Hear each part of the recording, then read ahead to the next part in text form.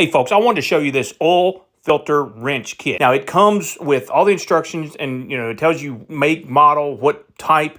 So the one I've selected, and you got to pry it out, they're holding there real good. This is the one I need for the vehicle I'm going to do, and you notice that it comes with a wrench, gets it in pretty much any position, has a lot of different options. This is an Infiniti QX80. It's difficult to get in there, but once I get it up in there, I find exactly the right fit. I'm going to take my 1/2-inch extension and I'm going to get it in there because the wrench won't fit in there, the one that came with it. So it's got a 1/2-inch drive. I put that extension in there. You turn it a couple times, it's going to work perfect. Comes right out, starts leaking, and then you're done, okay? So this is a great piece of gear. If you do different vehicles, if you have a lot of different vehicles that come into your shop or your garage and you have family, friends, different types, this works great because getting that oil filter off can be a bear. This was the oil change for my wife's at the 45,000 mile mark. Hope you guys enjoy it. Take care.